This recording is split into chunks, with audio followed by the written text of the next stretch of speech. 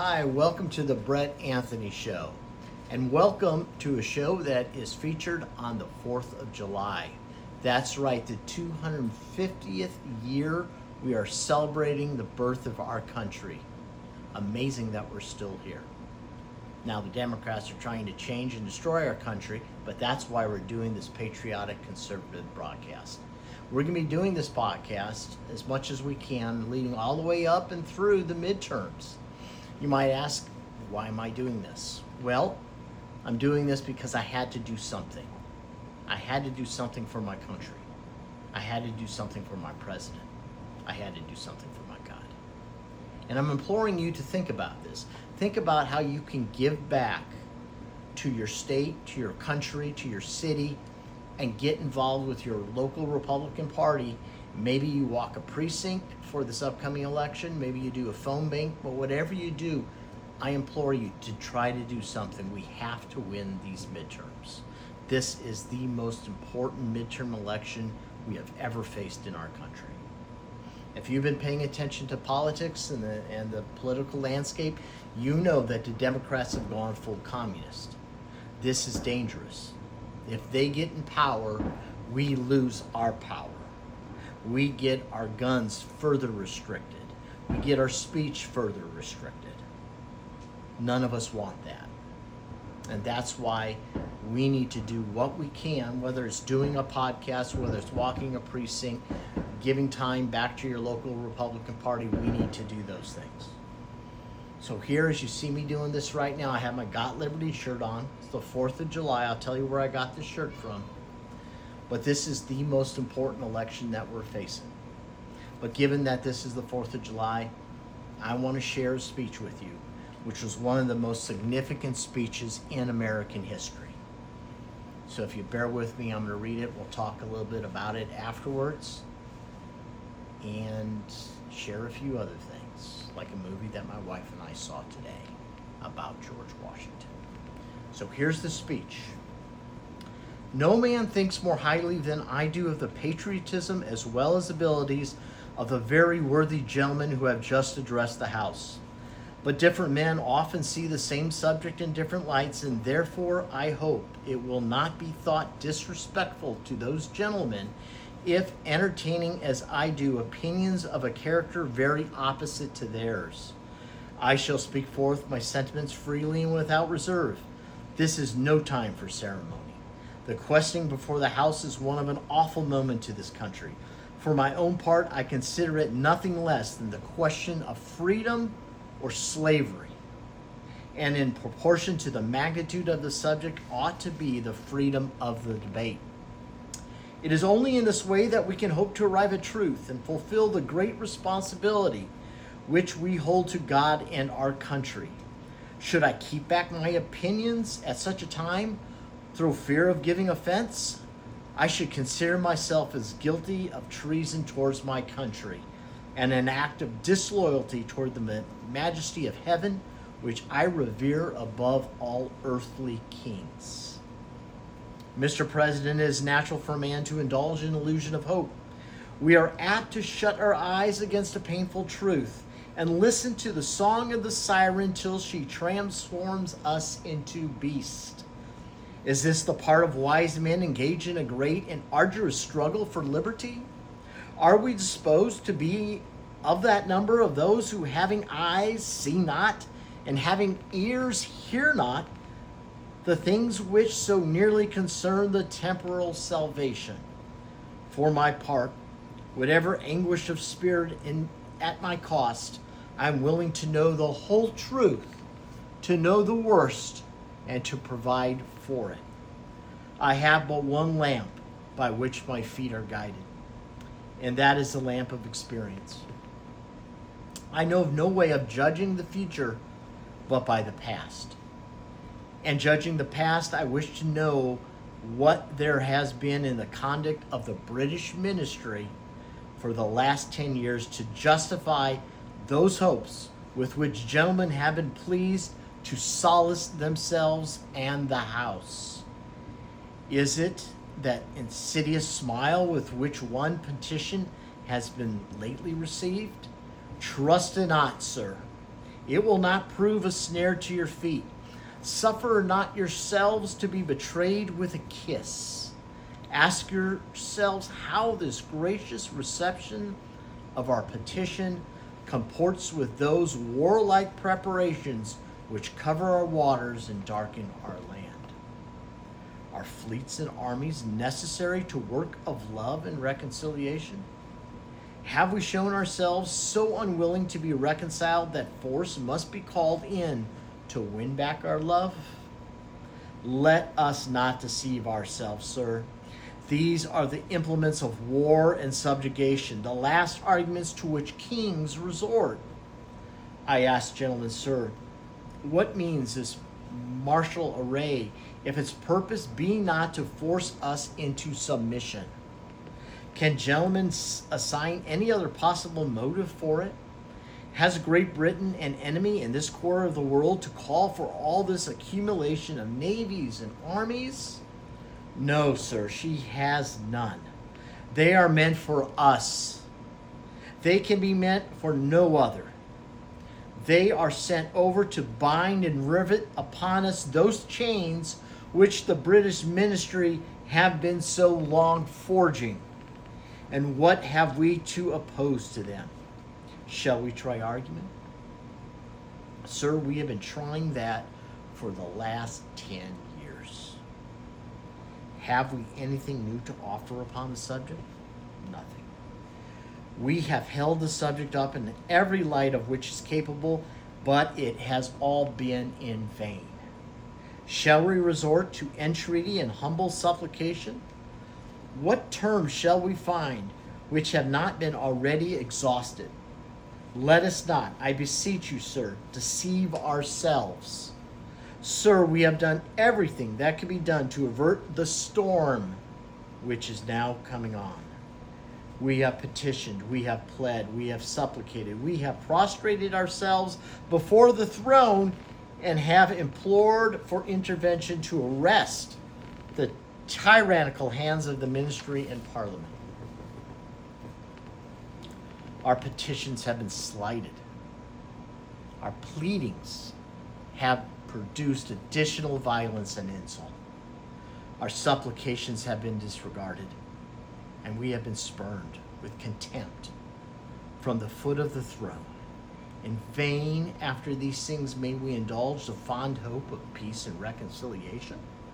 There is no longer any room for hope. If we wish to be free, if we mean to preserve unbroken those inestimable privileges for which we have been so long contending, if we mean not basely to abandon the noble struggle in which we have been so long engaged, and which we have pledged ourselves never to abandon until the glorious object of our contest shall be obtained, we must fight. I repeat it, sir, we must fight. An appeal to arms and to the God of hosts is all that is left in us. They tell us, sir, that we are weak, unable to cope with so formidable an adversary. But when shall we be stronger? Will it be the next week or the next year? Will it be when we are totally disarmed and when a British guard shall be stationed in every house? Shall we gather strength by irresolution and inaction? Shall we acquire the means of effectual resistance by lying supinely on our backs and hugging the delusive phantom of hope until our enemies shall have been bound us hand and foot? Sir, we are not weak if we make a proper use of those means which the God of nature have placed in our power.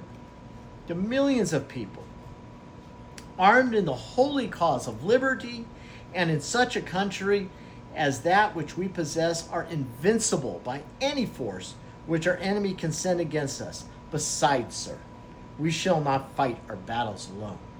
There is a just God who presides over the destinies of nations and who will raise up friends to fight our battles for us. The battle, sir, is not to the strong alone. It is to the vigilant, the active, the brave. Besides, sir, we have no election. If we were base enough to desire it, it is now too late to retire from the contest. There is no retreat but in submission and slavery. Our chains are forged. Their clanking may be heard on the plains of Boston. The war is inevitable, and let it come. I repeat it, sir, let it come. It is in vain, sir, to extenuate the matter. Gentlemen may cry, peace, peace, but there is no peace. The war has actually begun. The next gale that sweeps from the north will bring to our ears the clash of resounding arms. Our brethren are already in the field. Why stand here idle? What is it that gentlemen wish? What would they have? Is life so dear, our peace so sweet, as to be purchased at the price of chains and slavery? Forbid it, Almighty God. I know not what course others may take, but for me, give me liberty or give me death. You probably can guess who said that by now. One of the most famed orators of all time, Patrick Henry, gave that speech March 23rd, 1775 in St. John's Church in Richmond, Virginia. My wife and I visited that a couple years ago. I encourage you. They do a really terrific job with tours and reenactments. You should go. You can stand in the church where Patrick Henry gave that speech. Far better than what I just did, but he gave that speech. If you just imagine, when they do that reenactment, you know who's standing next to him? George Washington. Before he was president of the United States. Also in that church, who was there? Thomas Jefferson, another early patriot. Both men supporting Patrick Henry and what he was saying. A call for revolution. That speech was the beginning of the revolution, which eventually will lead to the Declaration of Independence, which we're celebrating today, which occurred first on July 4th, 1776. One other thing occurred after that. In January of 1776, 6 months before the signing of the Declaration of Independence, there was a 47-page pamphlet called Common Sense, written by Thomas Paine. That also advocated the need for self-government. That also advocated for revolution. And that's what we celebrate today. We celebrate those historical moments, which we now, 250 years later, are celebrating, but similarly, when we look back, you remember he talked about the storm in that speech. He talked about what they were going through with the British government. What I talked about when we first started this podcast. We're facing something similar. This isn't just another election between Republicans and Democrats. The Democrats have proudly gone full communist. They're electing communists in all their primaries. They've shown their hand. It's like playing poker with your cards showing up. This is dangerous time. We have to win this election. My wife and I saw Young Washington today, and it was a fantastic film. Young Washington was just an amazing film by Angel Studios. And it went back to 1755, well before George Washington was General George Washington, and before he was President George Washington, the first president of the United States.